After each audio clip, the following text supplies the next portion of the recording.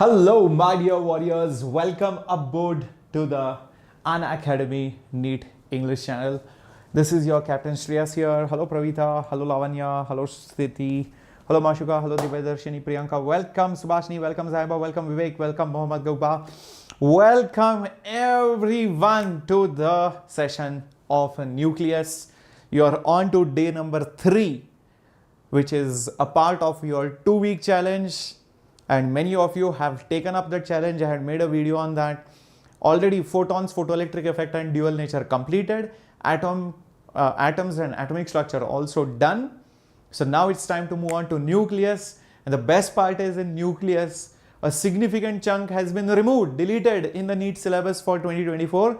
So radioactivity, all those radioactivity, decay, radioactive reaction, that's gone. So only the starting part is there where we learn about the nucleus, the radius, the volume, the density, the parts of the nucleus, the mass, defect, binding energy per nucleon, and the binding energy per nucleon causing stability. All those things are there, only that initial part of the chapter. So I think you should all be prepared. I think you all should be, very excited to learn this chapter, because just through today's lecture, you will be able to solve the problems, and obviously we'll have special sessions on just problem solving and PYQs also in the days to come. But for that, let's understand all the concepts. So are you ready, my dear students? And I hope you have smashed the like button and also hit the subscribe button. If you have not done that yet, please do it. What are you waiting for? Do that right now, my dear students.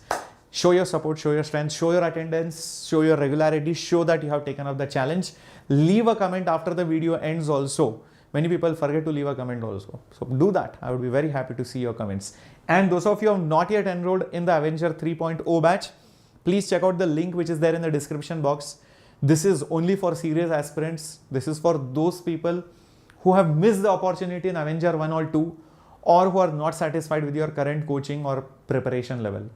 If you are loving my classes on YouTube, trust me, you will love these classes even more. Okay? So I am teaching, the entire Avengers team is there, and there are test series, there are assignments, there are everything that you need. Motivation is there, guidance is there, and it's a lot of fun, guys. More than just teaching, we have a lot of fun, and that groupism which is there, which we collectively work towards the common goal of conquering NEET. That is what is more important, and that is what is speciality about this batch. As there are many batches online, offline, here, there, but that sense of motivation, belongingness, the strengths which you will build up, everything that is very unique in this batch. So that's why consider this batch. Link is there in the description. Use the coupon code CAPTAIN to get maximum benefit. Okay, this is the final entry point. After this, again, the batch will not have any options to be open to be joined, because hardly any syllabus will be left after this. Okay, and if you want to take test series offline or online, both options are there. This is for 5999, this is for 3999, and again you can use the coupon code CAPTAIN to get these offers. So some people want the offline feel of writing the exam, so use this. Okay, so again, the link is there in the description box for the NEET 12th as well as dropper test series. Good evening, everyone. Good evening. Nice to see all of you. So let's begin with our lecture. And let's talk about the nucleus. In the previous chapter, we have talked about what an atom is. What the atomic structure is. So those minute particles, they are made of two components. One is your nucleus, and then you have these electrons which are revolving around them.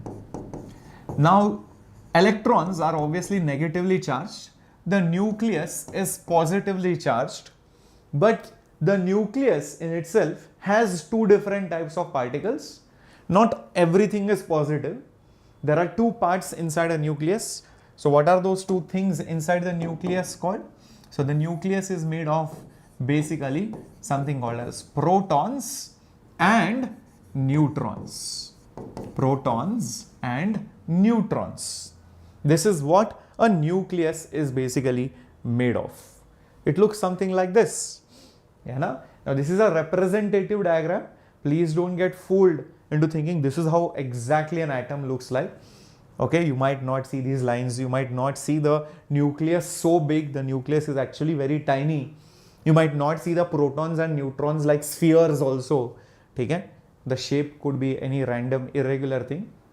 It's not that protons look round, neutrons are round, electrons are round. These are all representation. I have to show something, right? So that's why we do that.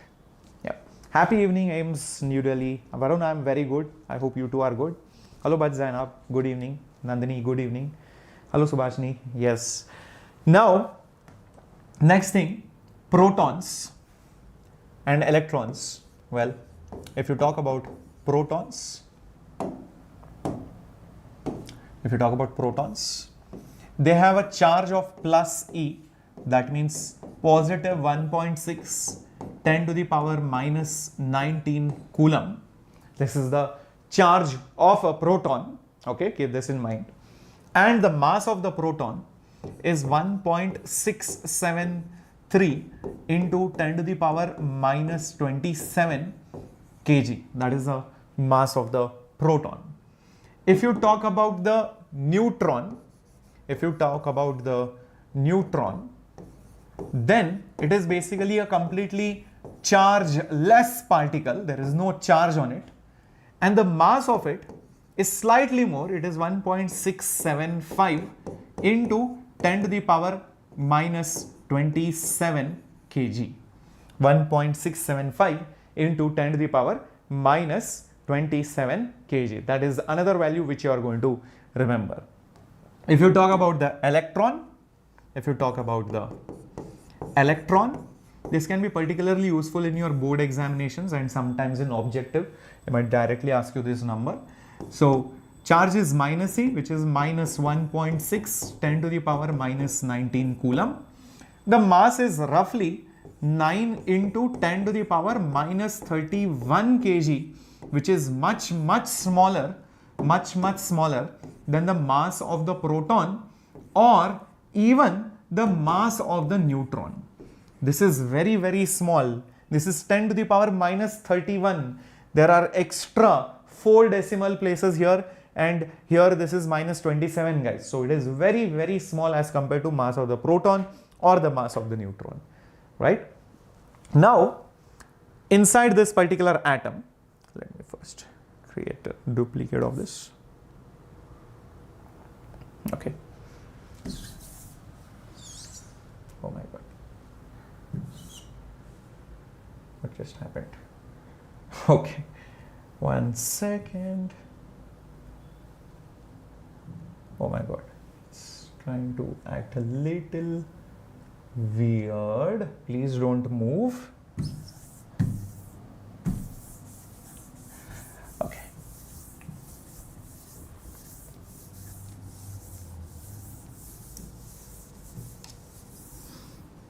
Yes. Don't worry. The previous slide still has this one.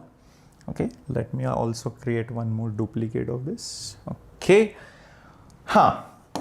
Like I was saying, okay, about the mass, the charges of all the particles, you should also know these terms like Z.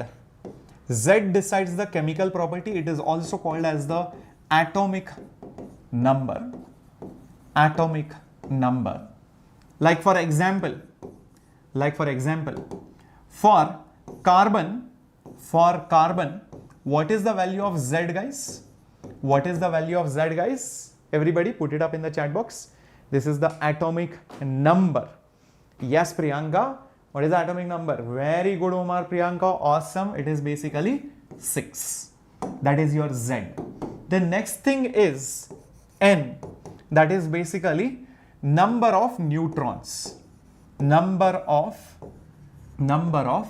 neutrons. What is the number of neutrons? Let's say, for example, C12 atom. Then the number of neutrons is basically 6. Number of neutrons is basically 6. That is the neutron number or the number of neutrons.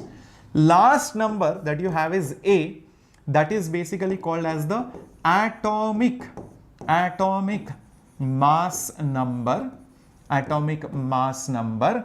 Say for example, for carbon, usual carbon that you have, that atomic mass number happens to be 12.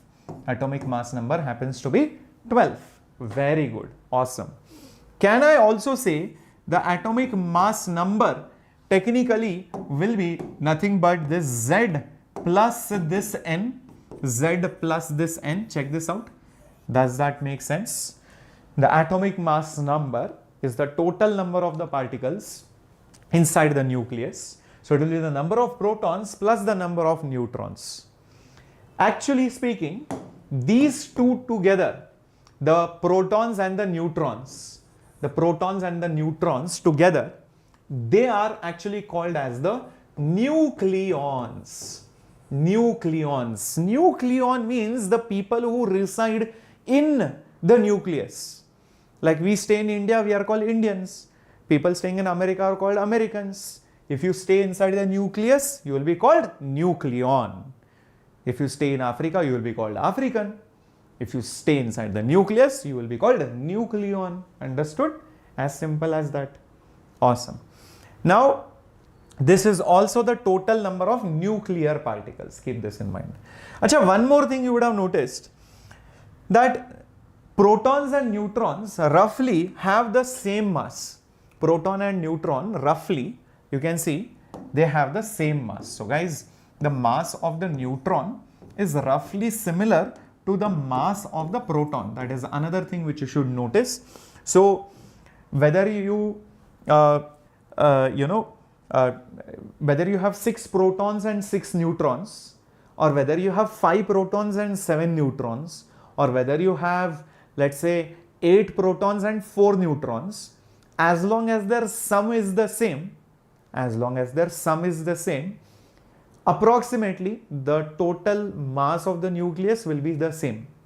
8 plus 4, same as 7 plus 5, same as 6 plus 6, correct? So the total mass will roughly be the same, because there is a very minute difference between the mass of proton or the mass of neutron. Keep that also in mind. Now, based on what is same and what is not same, you have different kinds of things. Like you have isotopes. Isotopes. What is the meaning of isotopes? They are basically elements. With same atomic number, but neutrons can be different. So basically they have the same atomic number, that is basically Z. So the best example for an isotope, what is the best example for an isotope? C12, C14, right? C12, C14, they are basically carbon isotopes. Both of them have same protons, but the number of neutrons are different. Number of neutrons are basically different. Very good. Awesomeness. Now the next one is basically your isotone. Tone, N, neutron.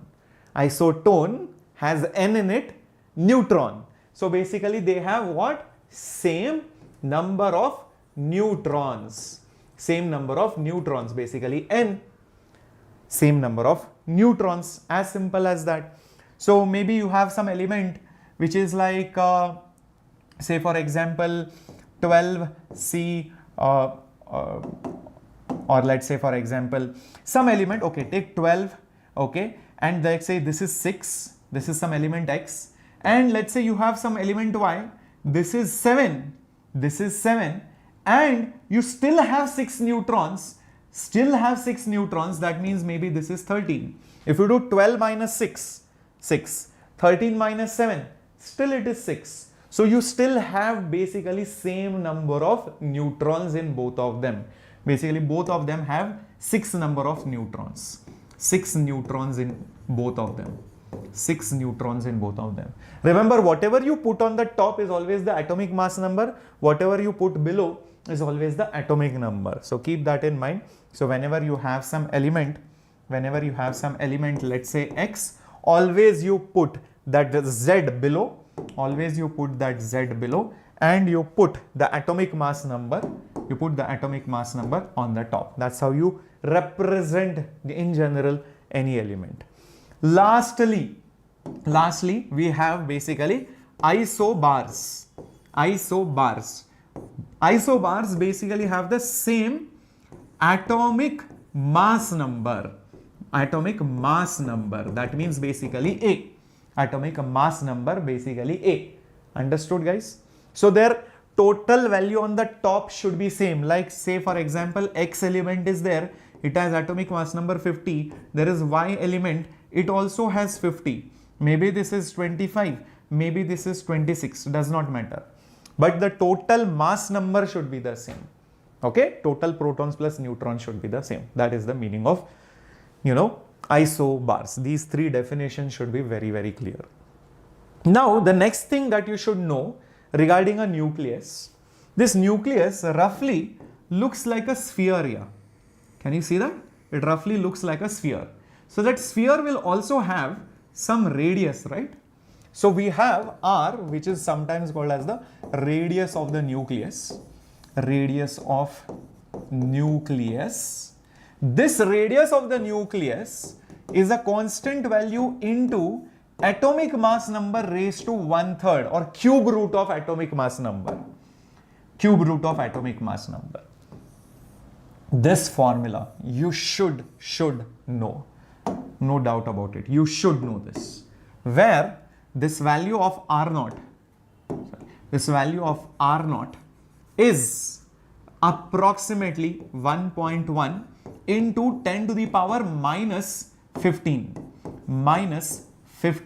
of a meter. Very, very small. Very, very small, guys. 1.1 10 to the power minus 15, guys. It's crazy, crazy small. Very, very, very, very small. That's how small the atomic nucleus is. Something which you should be aware of. From this, you can derive a very interesting thing, and that is the density of a nucleus. The density of a nucleus is the mass of the nucleus upon the volume of the nucleus. Upon the volume of the nucleus. What is the mass of the nucleus? There are protons, there are neutrons. You add all their masses. But I know mass of proton and mass of neutron are roughly the same. Mass of proton and mass of neutron are roughly the same. Okay, so can I say it is basically atomic mass number into the mass of a proton? This is because mass of proton roughly equals the mass of the neutron. Achha. Whole thing divided by the volume. Volume is 4/3 pi r cube. Okay, 3 goes on the top. 3 divided by 4 pi. This r, radius of the nucleus is r0, one constant value, into a raised to 1/3. So r cube will be this cube and this cube. When you cube, this will go off. Cube root will go off. So think what will be left. You will be left with r0 cube into a, right? You will be left with r0 cube into a, right? So now what will happen? This a and this a will cancel, right? So what will you be left with? You will be left with 3 times mass of the proton upon 4 pi into r0's cube. Mass of a proton constant, 3 a number, 4 pi a number, r0 is also a number. So isn't this basically a simple constant? So the density is always a constant, no matter whether you take iron, gold, tin, carbon, oxygen, all of them have the same density. Is that okay? Siam, I started early today because Wazim sir also wanted to take a class, and lengthy class. So I think he's starting at 7. So I wanted to finish with at least some half an hour gap in between. So that's the reason why I shifted it to 5 o'clock and not 6 o'clock. Okay? So please let everybody know. I can understand that today, suddenly because of 5 o'clock, people still are like in that zone. Okay, sir is going to come at 6 o'clock. They don't realize it. So that's why you should message your friends and let them know Shreyas sir is live now. Okay. So these were some basic things about the nucleus. You have talked about isotones, isobars, atomic mass number, masses, charges, how to represent it, and how the radius and the density calculations are done. Now, imagine this. Imagine this. There is one Pandu and another Pandu. These two Pandus, when they see each other, they don't like each other, right? They don't like each other. These two guys are always fighting. These two Pandus are always fighting. So I will say that they indirectly, what? They repel each other. Repel each other. Achha. Now imagine you put many Pandus together. These people don't like only each other. It is like one big boss house, or in Splitsville or in Roadies, how they fight against each other like one mad fool. Okay, these all Pandus, they don't like each other. What will happen? Full war only. Dishum dishum. They will start hitting each other, slapping each other, kicking each other, punching each other, boxing each other. Everybody will pull each other's ears. God knows what and all will happen here, this, that. They will pull, push. There will be intense fight. Now, don't you feel inside the nucleus, the protons also are like this only? Like these Pandus? If you bring two protons together, they will be like, hey, why are you coming near me? Get lost. Zoop. Imagine getting 10-15 protons together. It will be one headache for you. This proton, if you try to bring close, it will try to go away. If you bring this proton, it will try to go away. None of them want to be together. They will try to repel each other and be as far as possible from each other. So, now what happens is, imagine between these two Pandus, one Champa is like, hey, listen, be my friend. So this Pandu is a friend with Champa. Another Champa comes. Champa is like, hey, be my friend. They both are friends. And these two girls are their best friends of each other. Now see, because of this Champa, this Pandu is with this Champa. This Pandu is with this Champa. These two Champas are best friends. So now all four can go together. Na? I know they hate each other. These two Pandus don't like. They are like, I will leave you. Like, yeah, I will also leave you. I want to stay away. Even I want to stay away. They are like, I am with you right now only because of this Champa. Correct or no? The moment this Champa goes, they will again go away. So these two Champas are playing a pivotal role over here.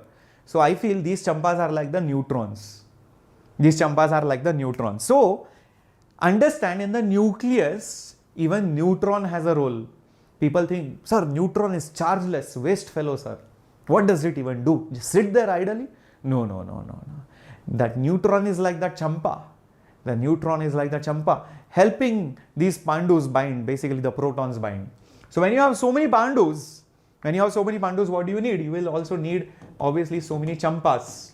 You will obviously need so many Champas with them. So many Champas like this, with them. So you will be like, sir, as many Pandus, that many Champas, kya? As many Pandus, that many Champas? Actually, no.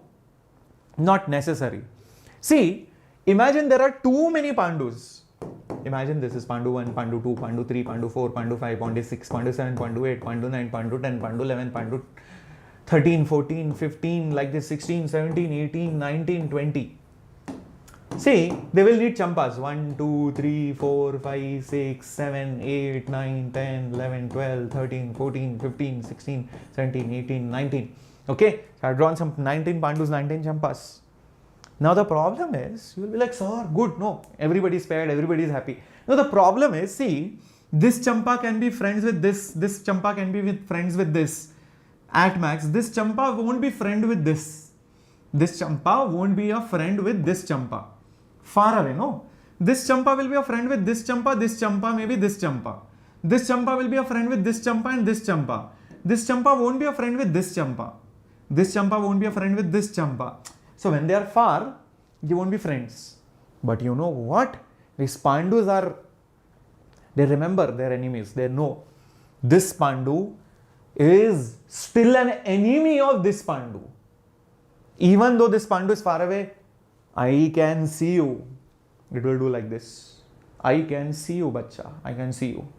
I can see you. I still don't like you. I know I am with this champa, you are with this champa, I still don't like you. So tell me, in this scenario, where the friendship, the bond can be formed between champas with closer champas.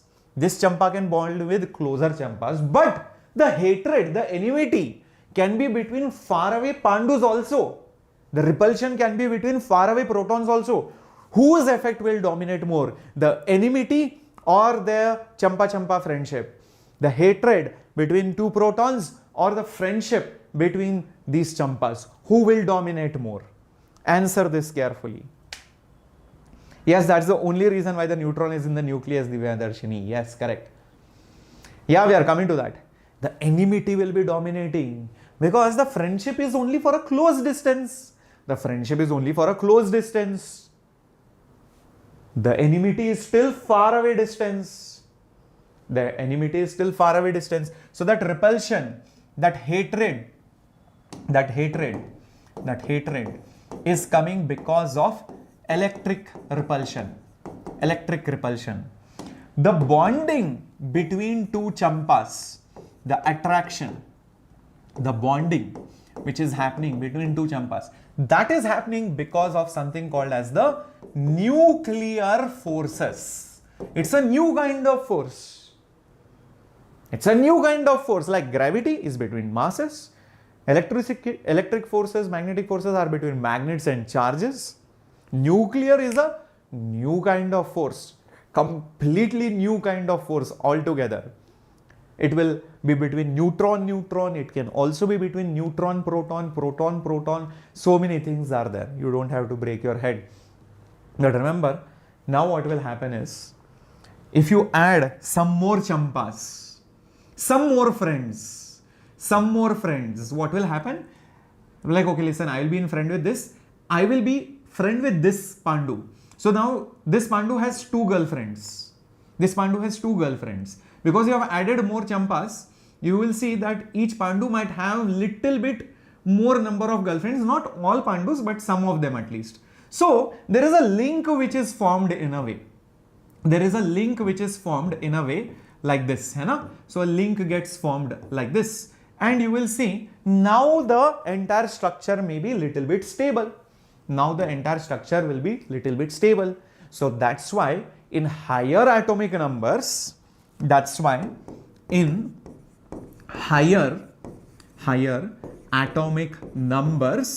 you have more number of neutrons. Number of neutrons is usually more than the number of protons. Usually N is more than Z. Is that clear, everyone? Everybody with me? Clear? Pakka? So you'll be like, sir, this is very good, sir. So nice. So if I have many Pandus, like 100 Pandus, heavy element, uranium, like that, radium, so many Pandus are there. So many Pandus, 100, 90, 80, like that. Imagine I have 80 Pandus. Will I need more than 80 champas or exactly 80 champas? If I have 80 Pandus, if I have 80 protons, will I need exactly 80 neutrons or slightly more than 80 neutrons? Think about it. I will need more neutrons than the number of Pandus because that enmity is more. So I will add more champas. I will add more neutrons. Everybody with me on this?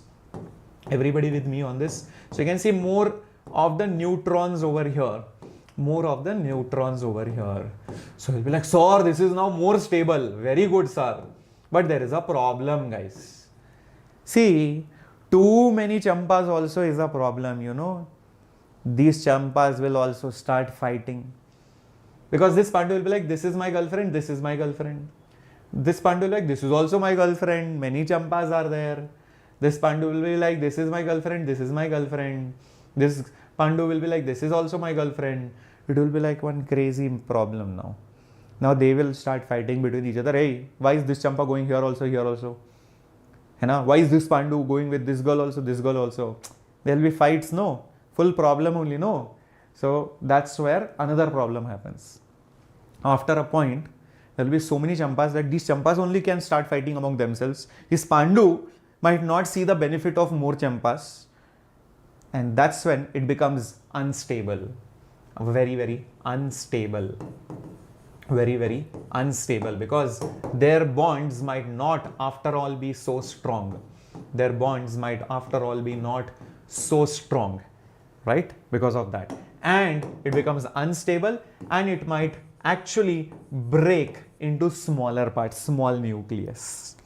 Such phenomena usually is called as a radioactivity, like a uranium nucleus or radium nucleus or thorium nucleus. They have so many protons and so many neutrons that even if there are many neutrons trying to bind them together, you will see that it will not be doing enough justice for the protons to bind, and the neutrons themselves might start fighting among themselves, and that's when it becomes unstable and it will explode into two or more smaller nuclear particles. So that phenomena, which happens naturally, is called as a radioactivity. It is said to be radioactive. That means it is unstable. Anytime, doom, it will explode and it will split into smaller particles. Is that very, very clear? Understood, guys? Everyone with me? Great. Now that you have understood till here, so now we can actually talk about the nuclear forces. Nuclear force. This nuclear force, number one, guys, is very, very short range force.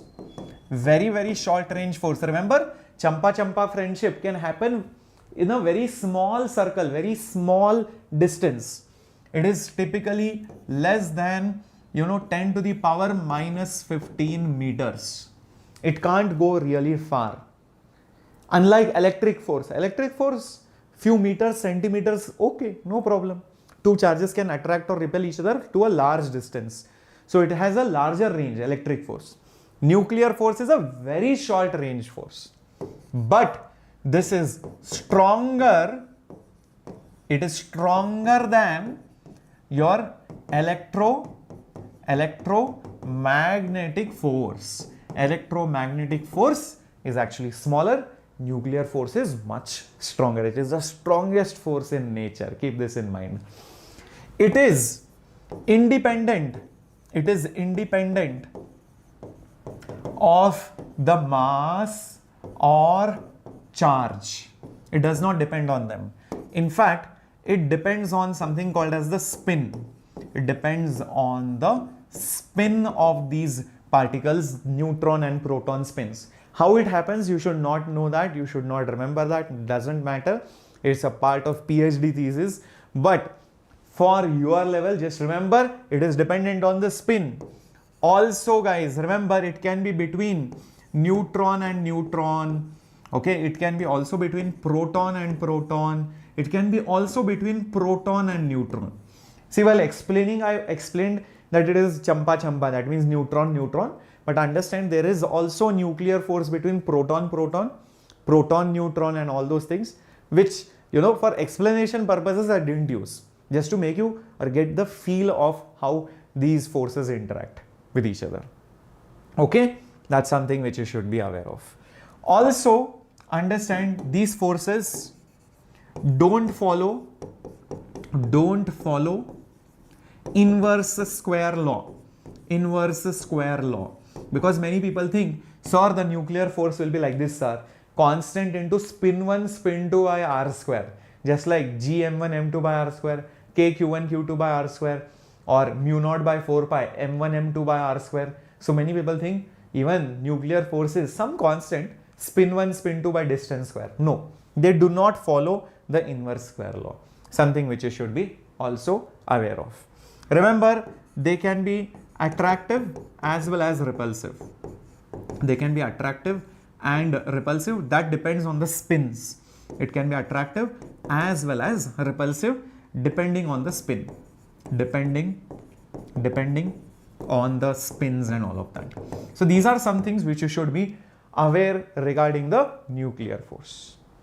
Aware regarding the nuclear force. Very good. Now, let's go to the next thing. Okay, so till this point we have studied nuclear force, what is there inside the nucleus. Now we are slowly going to something called as the mass defect, atomic mass unit, and binding energy. That is the last part. So let's see that, and then we'll go to direct problems. Okay, so pay attention carefully.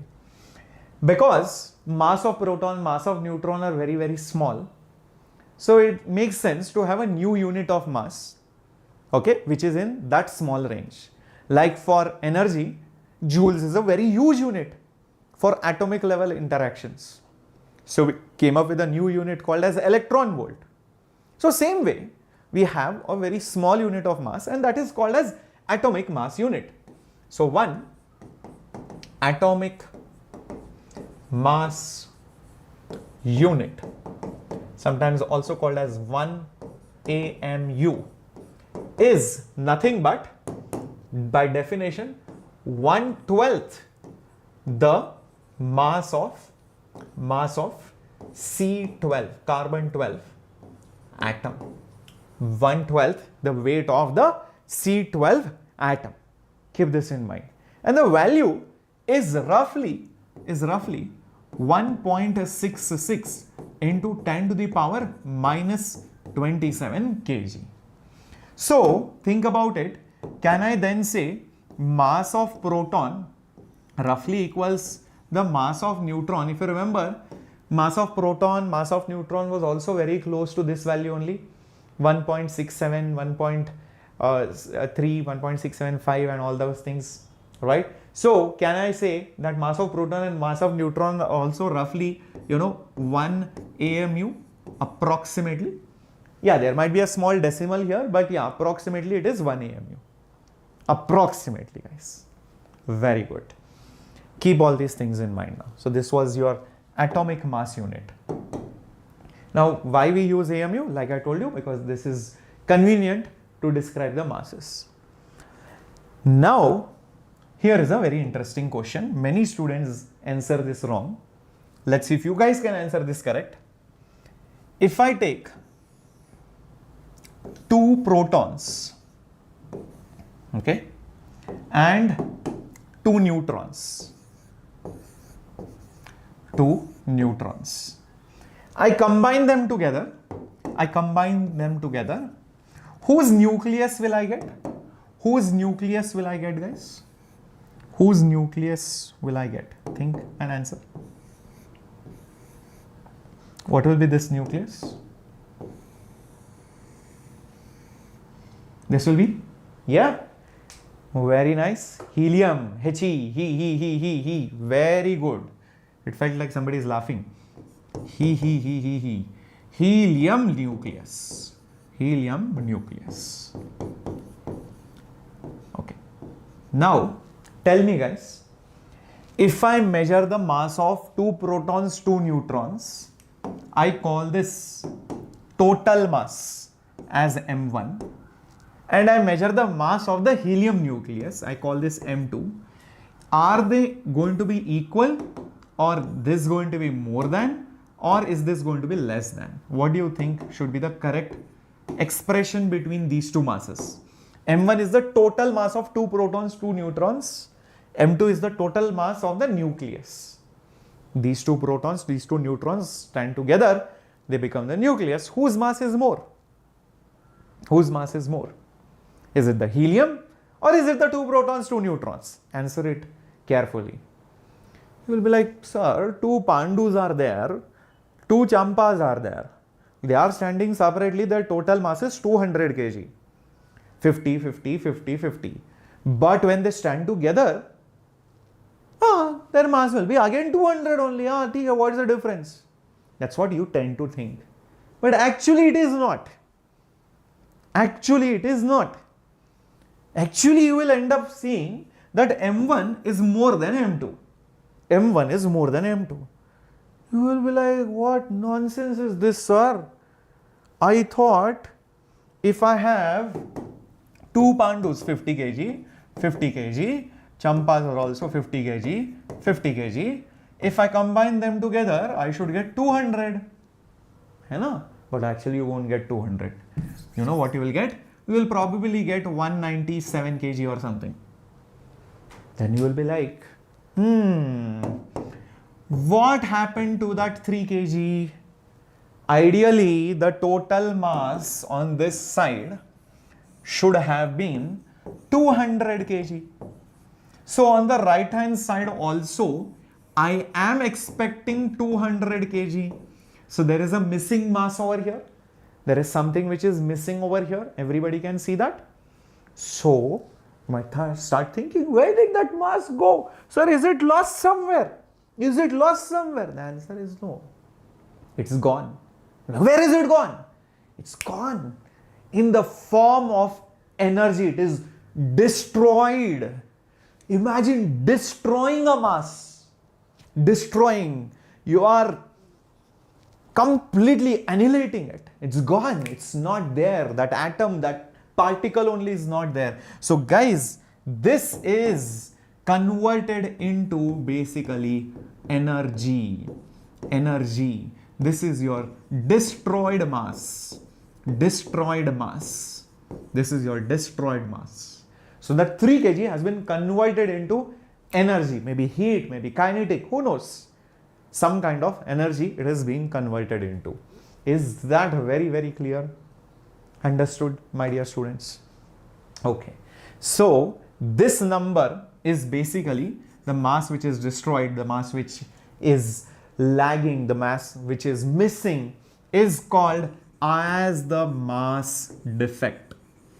Mass defect. So basically mass defect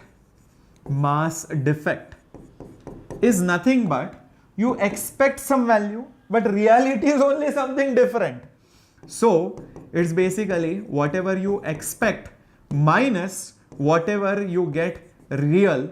That difference of the masses is the mass defect. You were expecting 200, but you got 197.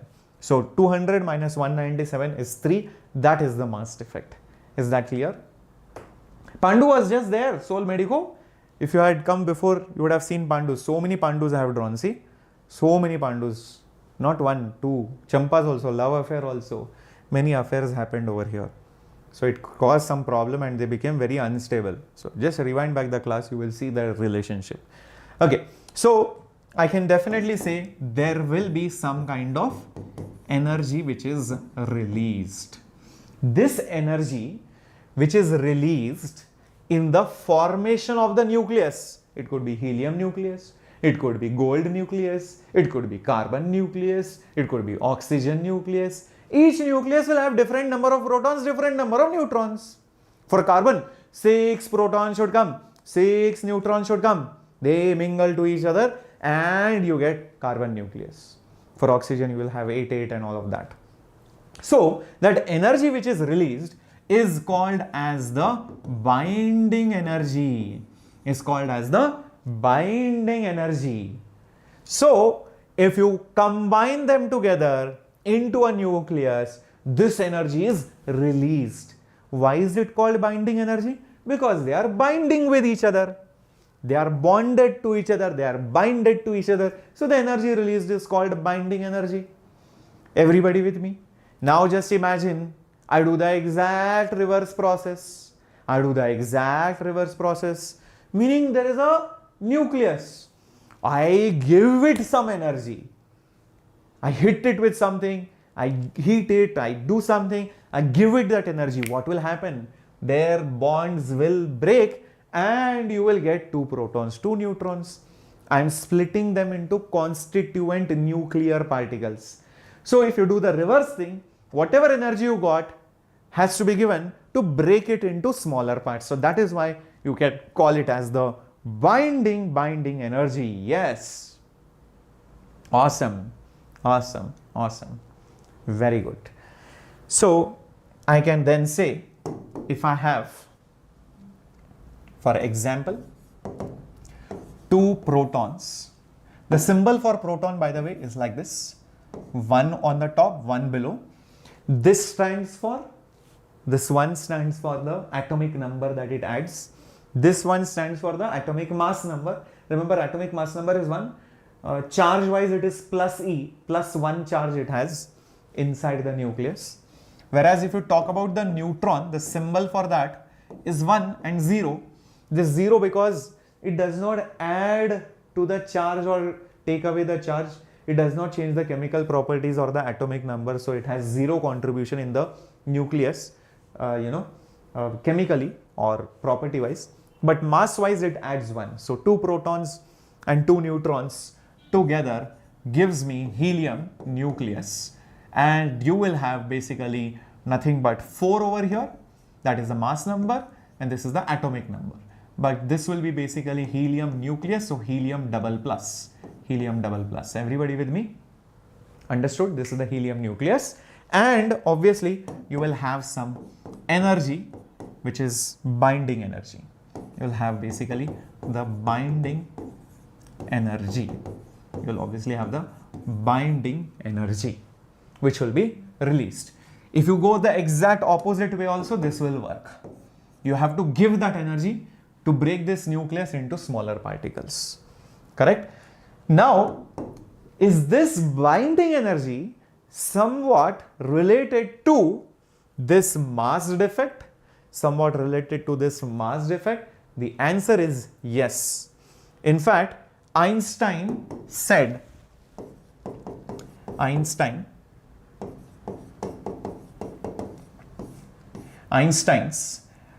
theory says that if you basically destroy a mass,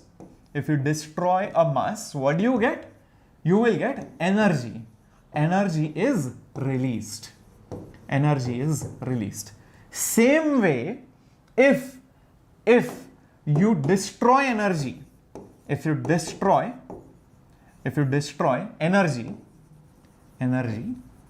then mass gets created.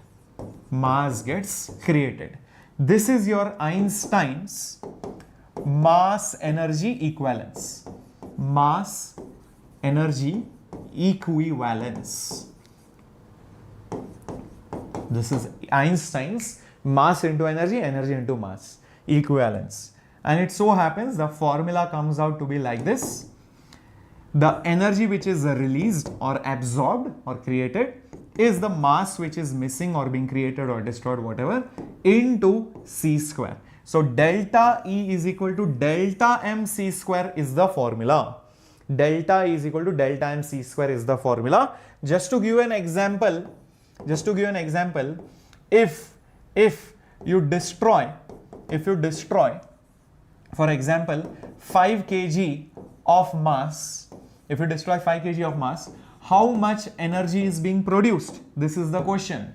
So what will you do? That energy which will be produced is mc square. The mass destroyed is 5. C is nothing but 3 into 10 to the power 8. Square it. So guys, 3 square is 9. 9 5s are 45 into this will be 10 to the power 16 joules. This is crazy joules. This is crazy amount of joules, guys. Huge amount of energy is released. Tons and tons of dynamite has to be exploded to get this much amount of energy. But usually the amount of masses that will be involved will not be in kgs at nuclear level. It will be in AMU, atomic mass unit. So when you have those small masses, so when delta M is in atomic mass unit, then the formula becomes the energy released or created will be the mass defect and just multiply by 931 mega electron volt. So you will convert it into electron volt when delta M is in AMU. This number comes via substituting the value of C, putting it in, converting mass into AMU, and then converting joules into electron volt and all those things. You don't have to worry about the calculations, but just remember this formula. That will be very, very helpful. So if you destroy one proton, so I can just take up an example over here. If one proton is destroyed, how much energy will be released? That will be the mass defect. The mass defect is 1 AMU into 931 mega electron volt. So answer will be just 931 mega electron volt. So that is the energy which is released by destroying one proton completely.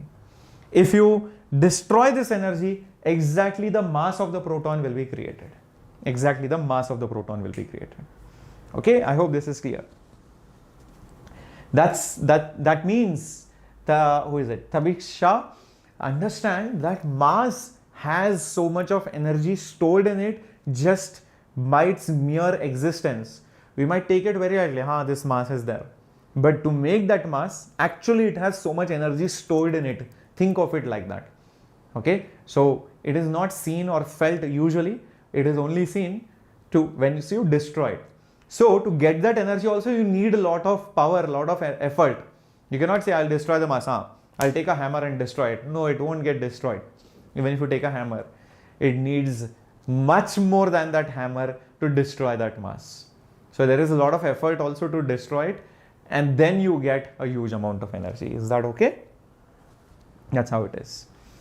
Sir, so how much small mass can release? Even a few milligrams of mass is more than enough to create a huge amount of energy. Lot of energy. You can do the calculation. Just put, see, normally the work that you do is in few joules, 100 joules, 200 joules, right? If you do a lot of work, maybe it is in kilojoules, maximum to maximum few hundred kilojoules. So imagine this is 10 to the power 10, 12, 15, 16 joules. It is much larger than that. Billions and trillions times more than that.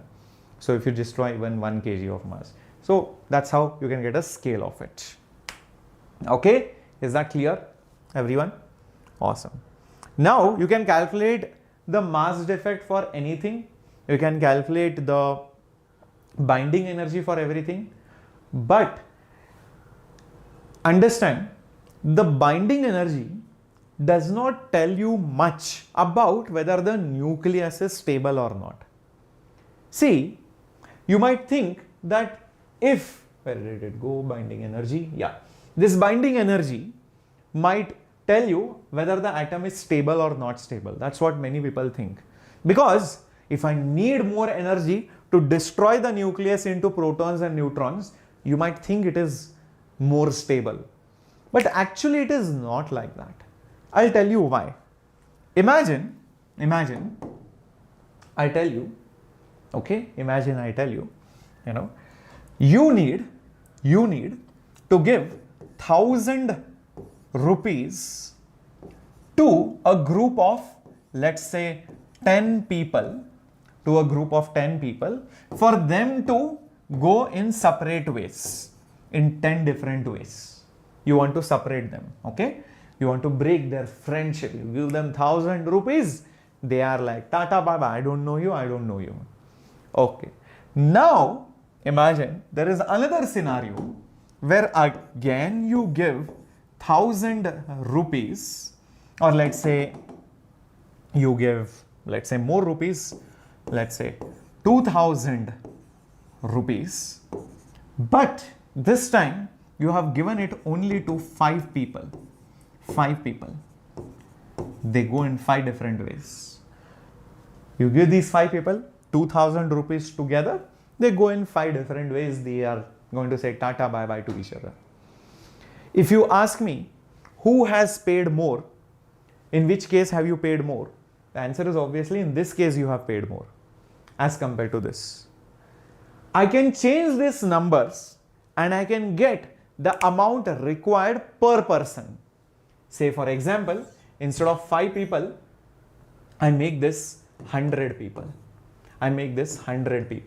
So there will be 100 different ways in which they will go. Although I might have spent 2,000 rupees here, but per person cost, how much it is?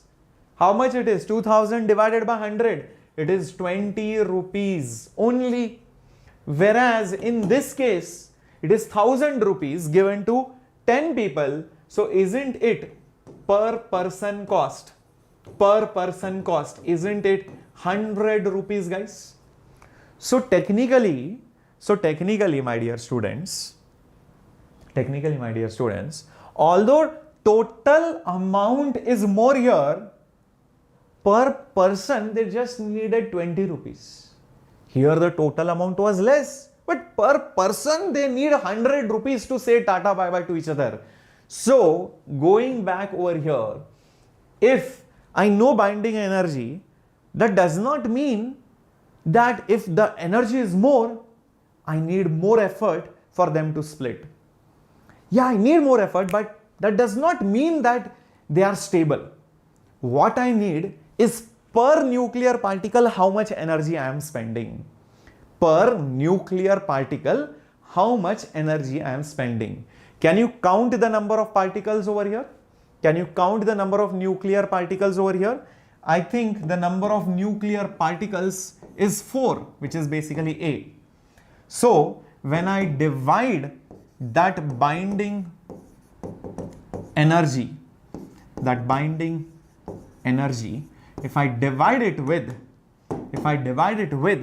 the number of nucleons, basically A, what I get is binding energy per nucleon. What I get is binding energy per nucleon. This binding energy per nucleon talks about the stability of the nucleus. This tells me the stability of the nucleus. If this is more, then the nucleus is more stable. If this is less, I need to give it less energy for them to separate out. So it has less stability. As simple as that. Is that okay? Very soon, Bikash? Definitely, they will. Okay. Awesome. Is that clear? Everyone with me? Great. Chalo. So, to summarize all of them, I can say that the mass defect will be the mass of the proton into number of protons plus mass of the neutron into number of neutrons minus the mass of the nucleus. This will be more, this will be less. Next is your binding energy formula, that binding energy or the energy released formula. So binding energy will be delta E, which is 931 into delta M mega electron volt. And the last thing is your binding energy per nucleon. So that will be nothing but this whole thing divided by A. So it will be 931 into delta M mega electron volt. So this tells you the stability of the nucleus. This is what I can summarize it into. Now this was calculated for each and every element including their isotopes. This was calculated for each and every element, right from hydrogen, helium, lithium to the largest element in the periodic table. It's a very tedious process because you have to first find the delta M. For that you need to know this, this and this, then multiply, then divide with A, and then see what is the value of binding energy per nucleon. This was done for each and every element. So I have the graph for it. This is from 0 to the highest number, mass number, basically A. Over here you have binding energy per nucleon in mega electron volt. Like you can see for hydrogen, it is around 1 mega electron volt per nuclear particle. You go to helium, it becomes some 2.5 or something. You go to lithium and all that, it goes to 5 point something. And then you go to higher isotopes like carbon, oxygen and all of that, it goes to around 8, and it becomes maximum for iron close to 8.8. For iron, it is maximum close to 8.8 mega electron volt per nuclear particle.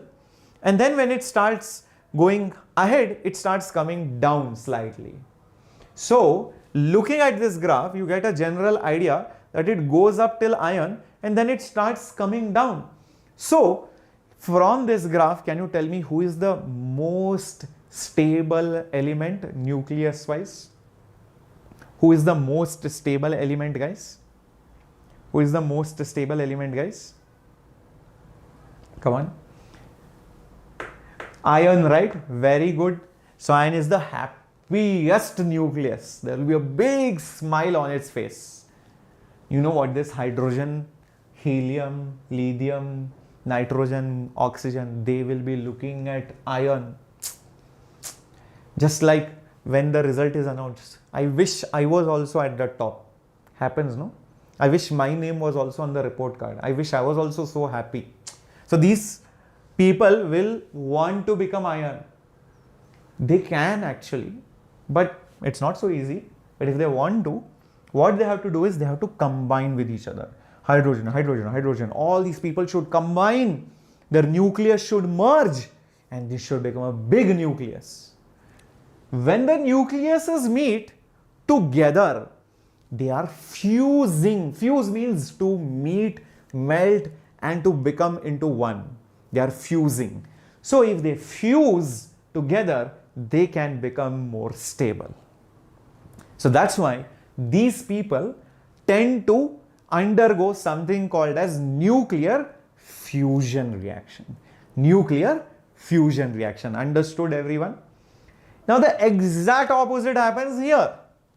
Look at tin or uranium or thorium and all these higher order elements, higher atomic number elements. Although their mass number is huge, although their champas, their number of neutrons are huge. Remember the champa fight? Too many neutrons, too many champas, also too much headache. Full on fighting only, full on jealousy only. So guys, what will happen? These people will be like, I wish I was iron. What will I do becoming so heavy? I wish I was iron. I wish I was iron. That means smaller. So they would tend to break into smaller pieces. They will tend to break into smaller pieces and they are then said to be undergoing fission. Fission means cut. Fissure. You would have heard of the word fissure. Fissure means, there is a small cut. Maybe there is a wound. Same way, nuclear fission means you are cutting it.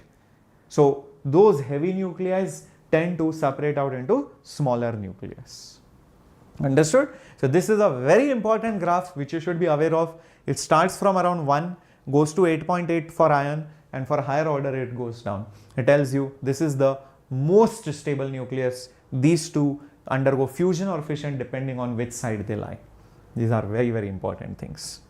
Okay, so like I said, fusion is combining together, fission is separating together. Fission is usually used in your nuclear power plants to generate electricity. Fusion happens in the sun naturally. So that's how you get the solar energy, where hydrogen combines with another hydrogen to give you nucleus. Helium nucleus and lot of energy. In nuclear reactors, you take uranium, thorium, they split into smaller nucleus. Again, they release energy and that energy is used for converting it into electricity. Okay, so are you now ready for some questions? Fully geared up, put some fire in the chat box. Ready? Yes, fusion energy is greater, but achieving fusion is very difficult and much more dangerous. Hello, Jay Siddharth. Thank you, Devika. All right, thank you. Pandu is also here. Nice to see you, Pandu, after a long time. Pandu's display picture is very nice here. Okay, so come on, my dear students, what is the answer for this? Ratio of the radii of the nucleus of this. I think there was a mistake in this. Over here, this was 125 and this was 52.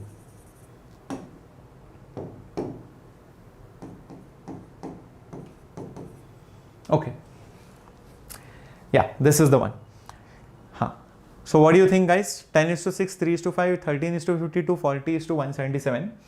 What you should focus on is their atomic mass number.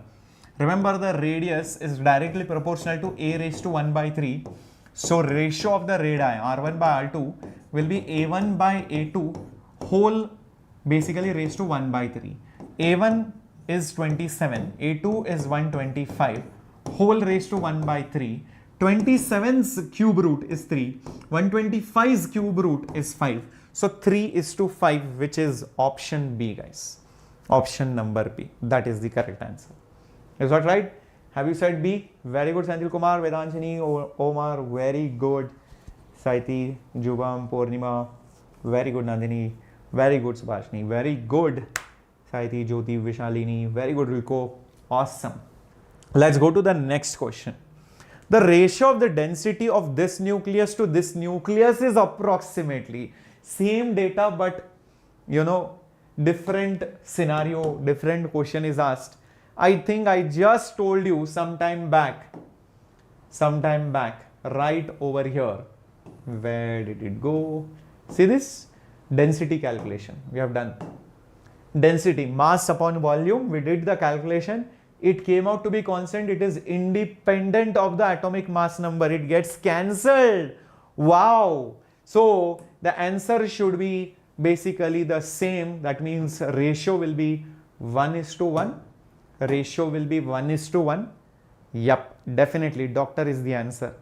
D for doctor. Very good, RB, Vichu. Very good, Subhashini. Awesome, awesome, awesome. Great.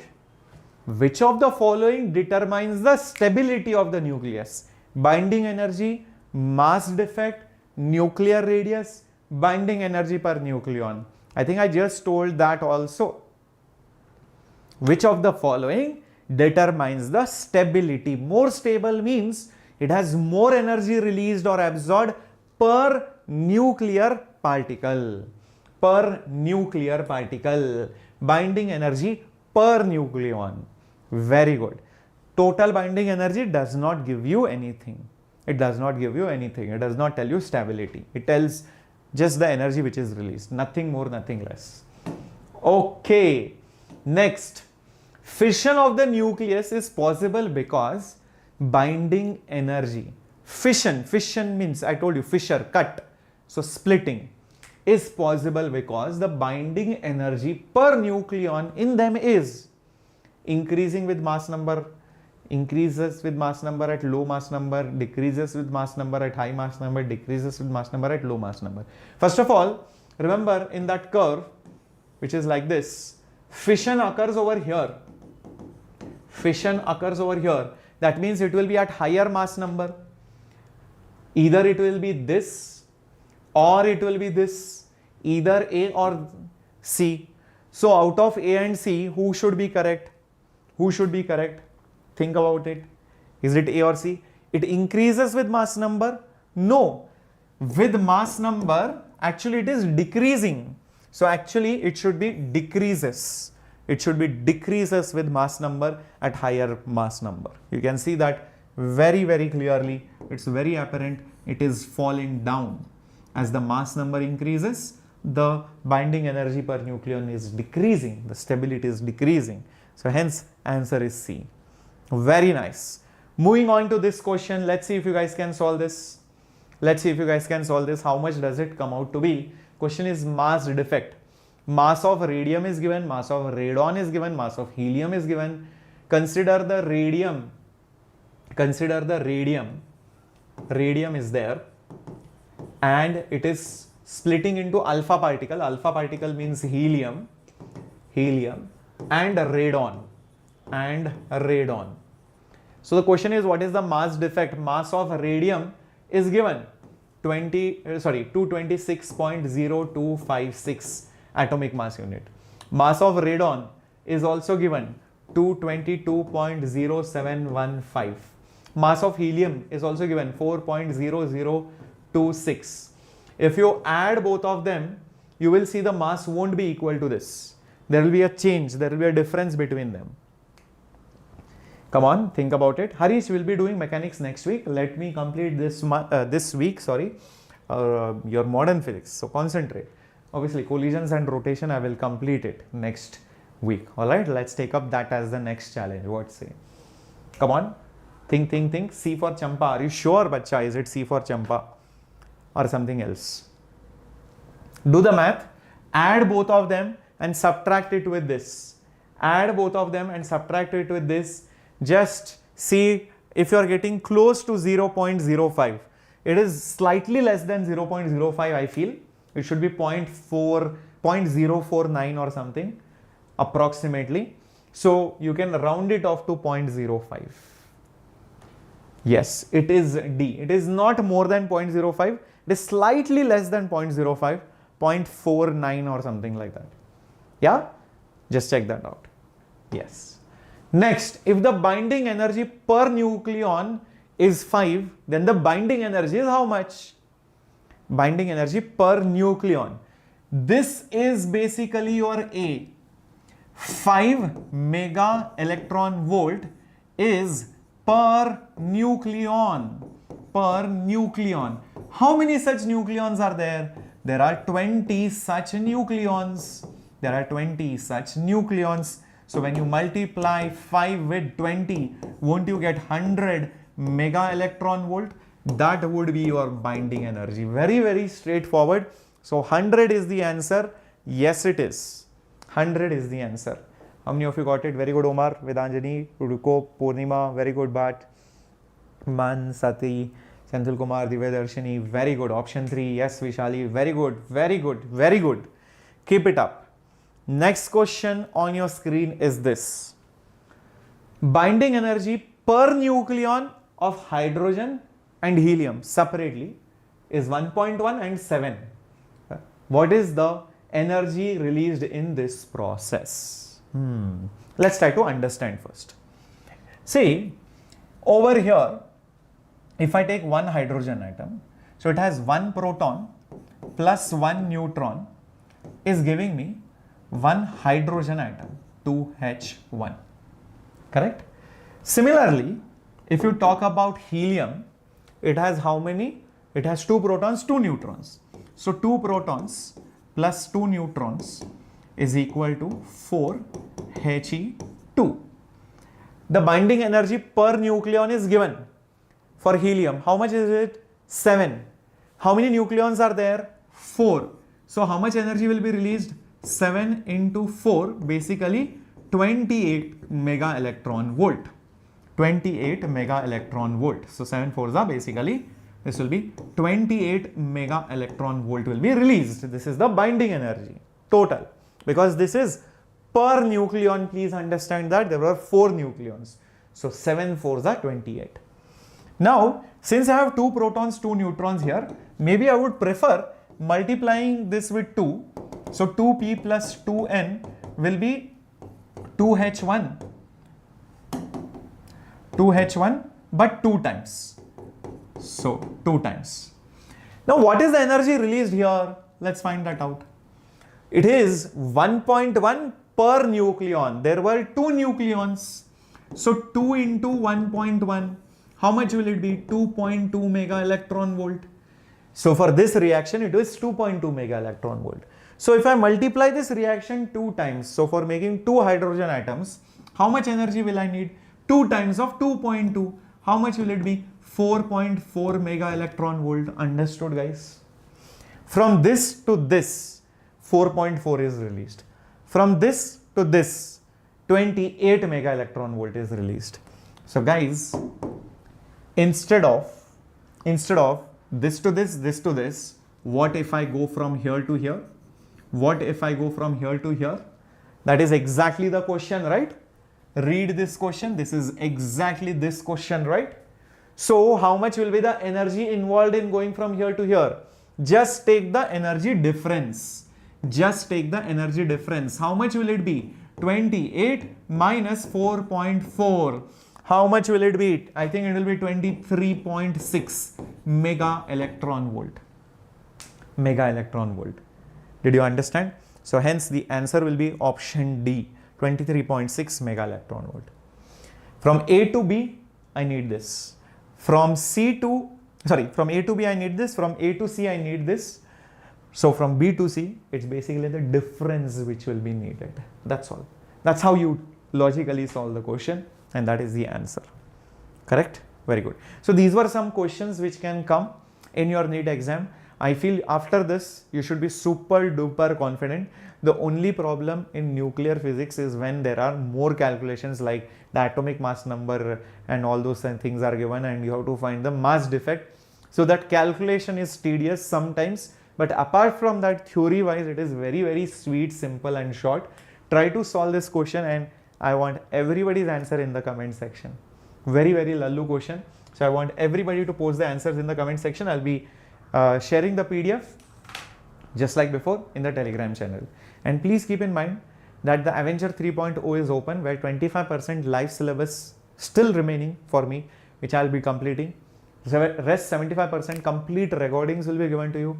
Still you have the chance, this golden opportunity to crack NEET with amazing marks. You get everything what I have taught in detail.